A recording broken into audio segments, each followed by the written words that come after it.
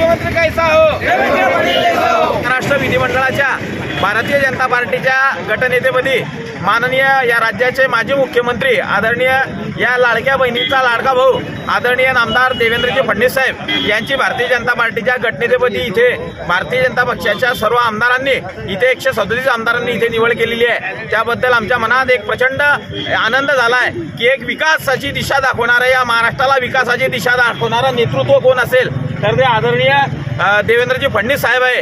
आदरणीय देवेंद्रजी फडणवीस साहेब या राज्याचे आता उद्या परत मुख्यमंत्री होतील। त्याकरता वरंगाव भारतीय जनता पार्टीच्या सर्व कार्यकर्त्यांच्या वतीनं मी आदरणीय देवेंद्रजी फडणवीस साहेब यांची जे गटनेतेपदी निवड झाली याबद्दल मी सर्व कार्यकर्त्यांच्या वतीनं देवेंद्रजी फडणवीस साहेब यांचं मी मनापासून इथे अभिनंदन करतो, त्यांना धन्यवाद देतो। त्यांच्या हातून अधिकाधिक महाराष्ट्राची अधिकाधिक आमच्या वरंगाव शहराच्या नगरपालिकेचे विकासाचे कामं अधिक प्रमाणामध्ये हो, आता एक चांगल्या प्रकारचं वातावरण या महाराष्ट्रामध्ये निर्माण झालेलं आहे। उद्याच्या दिवशी शपथविधीचा कार्यक्रम संध्याकाळी 5 वाजता बसस्टँड इथे तिरंगा सर्कल इथे ठेवला आहे। तरी सर्व वरंगावकरांनी या शपथविधीच्या कार्यक्रमाला येऊन आपल्या महाराष्ट्राचे मंत्रिमंडळामध्ये जे शपथ घेणारे आहेत मुख्यमंत्री आदरणीय देवेंद्रजी फडणवीस साहेब, त्यानंतर एकनाथजी शिंदे साहेब, त्यानंतर अजितदादा पवार, या उत्तर महाराष्ट्राचे लोकनेते आदरणीय नामदार गिरीश भाऊ महाजन आणि आदरणीय गुलाबराव पाटील साहेब हे जे शपथ मंत्री घेतील या त्यांचा शपथविधी सोहळा संध्याकाळी उद्या तिरंगा सर्कल इथे 5 वाजता आयोजित केला आहे। तरी सर्वांनी या शपथविधी सोहळ्याला आणि आनंदोत्सवाला